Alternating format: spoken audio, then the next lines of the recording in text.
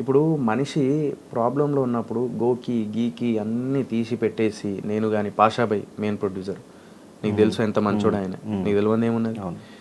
అట్లాంటి simple person ఆయన కూడా అక్కడ ఇక్కడ అప్పు చొప్పు చేసేసి డబ్బులు తీసుకొచ్చి పెట్టి ఈరోజు సినిమా బయటికి వచ్చిన తర్వాత మాకు మెయిన్ ప్రాబ్లం ఏమవుతుందంటే మాలాంటి సినిమాలకి పబ్లిసిటీ పైసలు లేనప్పుడు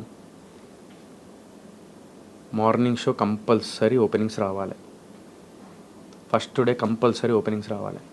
ఇప్పుడు నువ్వు ఇందాక అన్నావు మంచి టాక్ వస్తే అందరు చూస్తారు అని, కానీ మంచి టాక్ వచ్చేదాకా వెయిట్ అందరు అట్లా అదే మైండ్ సెట్తో ఉంటే థియేటర్లో ఒక 10 మంది వెళ్తే వాడు షో వేయడు, షో వేయరు. థియేటర్లో 15 మంది వెళ్తే షో వేయరు. థియేటర్లో కనీసం 25 మంది వెళ్తే వాడు షో వేస్తారు. వాళ్ళు 25 మంది నాకు కనీసం ఒక ఏరియా నుంచి 25 మంది పోకపోతే నా పరిస్థితి ఏంది అని చెప్పేసి ఆలోచించి నా సినిమా చూడండి first day, first morning show మీరు చూడండి, మీకు నచ్చితే 10 మందికి చెప్పురు అని చెప్పేసి నేను అడగడం జరిగింది. అందుకే అడుక్కున్నా నేను అంతే. కానీ దాని కింద నెగిటివ్గా ఇష్టమైనట్టు కమెంట్లు అవి ఇవి చేస్తుంటే నిజంగా నాకు చాలా బాధ. నా అజయ్ మైసూర్ అని నా ఫ్రెండ్ ఉంటాడు ఆస్ట్రేలియాలో, ఆయన ఇండియా వచ్చిండే. ఆయన అంటాడు సోహెల్ నాకే బాధ అనిపించింది, కింద అన్ని కమెంట్లు వస్తున్నాయి నెగిటివ్గా, ఎందుకు చేస్తున్నారు అసలు నాకు ఏం అర్థమైతే లేదు నీ మీద అది ఇది అని అన్నాడు. నాకు తెలియదన్న, నేను ఎవరిని మోసం చేయలే, ఎవరిని ఏం చేయలే. నేను ఇప్పటికీ నేను లైక్ ఎవ్వరికి ఏది ఉన్నా కూడా నీకు తెలియదు ఏమున్నది చేస్తూ వెళ్తూ ఉంటా ఏదో ఉన్న దాంట్లో. సో ఇలాంటి టైంలో ఎందుకు నన్ను ఇంతలా ఇది చేస్తున్నారని అది కూడా బాధపడుతూ ఉంటా లోపల. కానీ ఆ బాధపడినప్పుడే నేను లైవ్కి వెళ్తా, ఇన్స్టా లైవ్ లైక్ అందరితో షేర్ చేసుకుంటా. సో మనిషి బతికున్నప్పుడే వాడి వాల్యూ తెలుసుకోవడం అనేది చాలా ఇంపార్టెంట్ లైఫ్లో. ఆ బతికున్నప్పుడు వాడి సమస్యలు వాడు స్టేజ్ మీద ఎవ్వరు చెప్పుకోరు. ఏ హీరో నీకు అరే ఏమనుకుంటాను ఇజ్జత్ పోతుందేమో, I should show that attitude, కొంచెం ఇట్లుండాలి అని. నాకు అట్లా లేను నేను. నాకు అనిపించింది నేను చెప్పిన, నాకు అనిపించింది నేను చెప్పేసిన. నేను ఎందుకు చెప్పిన, బిగ్ బాస్ ద్వారా నేను చాలామంది ఇంటికి దగ్గరైనా, నేను వాళ్ళ కుటుంబానికి వాళ్ళ ఒక బ్రదర్ లాగా, ఒక కొడుకు లాగా, ఒక ఫ్రెండ్ లాగా, అరే మనోడు అని చెప్పేసి వాళ్ళ లెక్కనే ఉంటా కాబట్టి నేను దగ్గరైనా. వాళ్ళకి నా ప్రాబ్లం షేర్ చేసుకున్నా నేను స్టేజ్ మీద. దాన్ని కూడా సింపతి అని అదనేది అని చెప్పేసి అంటే నేను ఏం చేయాలి? నాది ఒక్క నిమిషం నీకు ఒకటి చూపిస్తా నేను. ఇది చూపించుకోవద్దు, బట్ ఆ రోజు నాకు ఎందుకో లైక్ చాలా డిప్రెషన్లోకి వెళ్ళిపోయి నేను ఇదేనా అనమాట.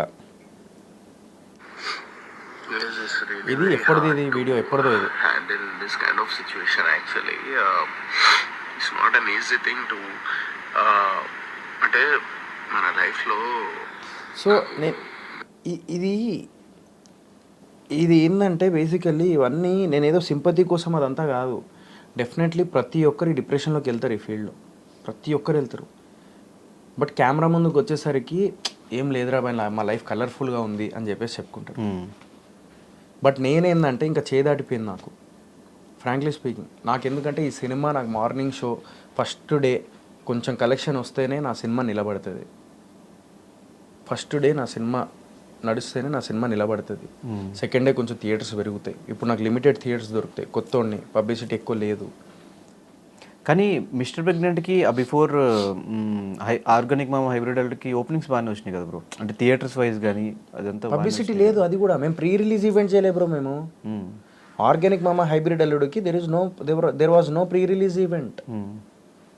ప్రీ రిలీజ్ ఈవెంట్ జరగలేము. నాకు వెళ్ళిన తర్వాత లైక్ అట్లాస్ట్ రిజల్ట్ అనేది కంపల్సరీ ఓకే, కానీ పబ్లిసిటీ కూడా జరగలేదు. But we have to accept that okay result like అంతగా అందలేదు అండ్ మనం అనుకున్నంత ఇదిగా రాలేదు.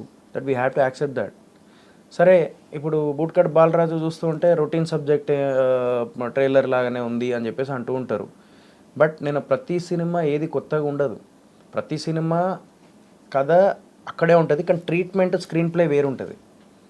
నా సినిమా బూట్కట్ బాలరాజు అన్నీ కొత్తగానే కనిపిస్తాయి మీకు, సీన్స్ కానీ లేకపోతే పాటలు కానీ ఎవ్రీథింగ్ లైక్ మీరు ఎంజాయ్ చేస్తారు. అలాంటి సినిమా బూట్కట్ బాలరాజు. సరే నేను డిఫరెంట్ సినిమా మిస్టర్ ప్రెగ్నెంట్ అని తీసిన, ఏం 10 కోట్లు సంపాదించిందా 20 కోట్లు సంపాదించిందా? మరి డిఫరెంట్ సినిమానే కదా, కంటెంట్ ఉన్న సినిమానే కదా. అది కూడా ఓటీటీలో చూసిన వాళ్ళందరూ చాలా బాగుంది, కనెక్ట్ అయినాం మేము, అది ఇది అని అన్నారు. నేను అదే అంటున్నా. అంటే ఒక్కటి ధనుష్, చాలా డిఫరెన్స్ ఉంటుంది. మనం అనుకున్నంత ఈజీ కాదు. We have to accept that. సరే, పిండం అని ఒక సినిమా వచ్చింది తెలుసా? విన్నావా నువ్వు ఆ సినిమా గురించి? విన్నా, చూడలేదు. పాజిటివ్ విన్నావా, నెగిటివ్ విన్నావా సినిమా గురించి?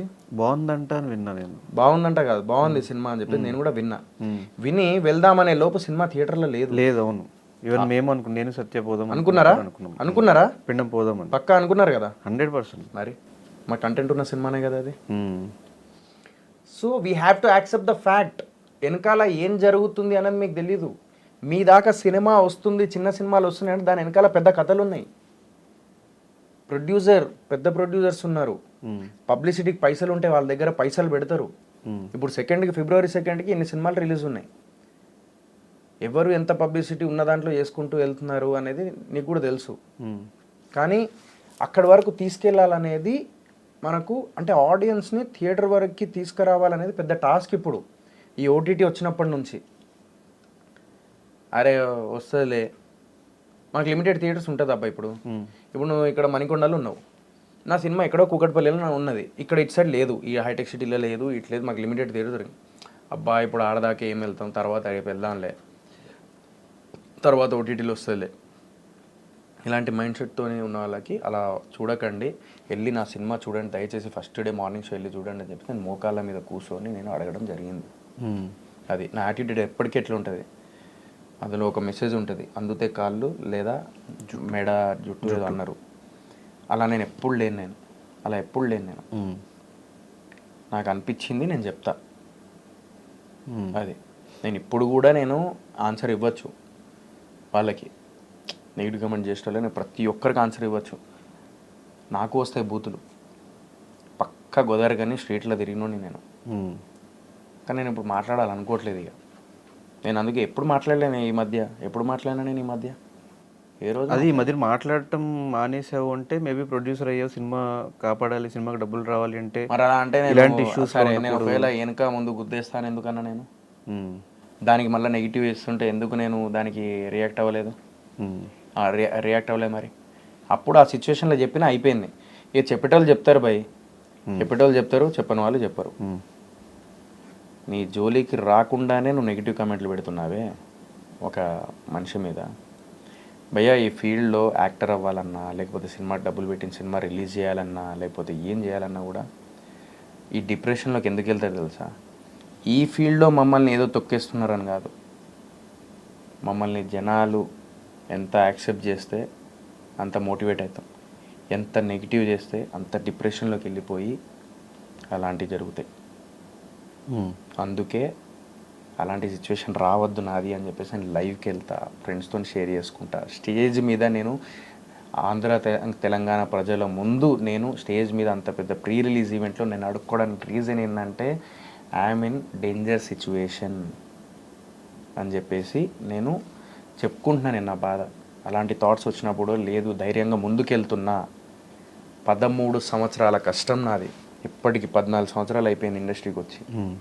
సో డెఫినెట్లీ నాకంటూ ఒక పెయిన్ ఉంటుంది.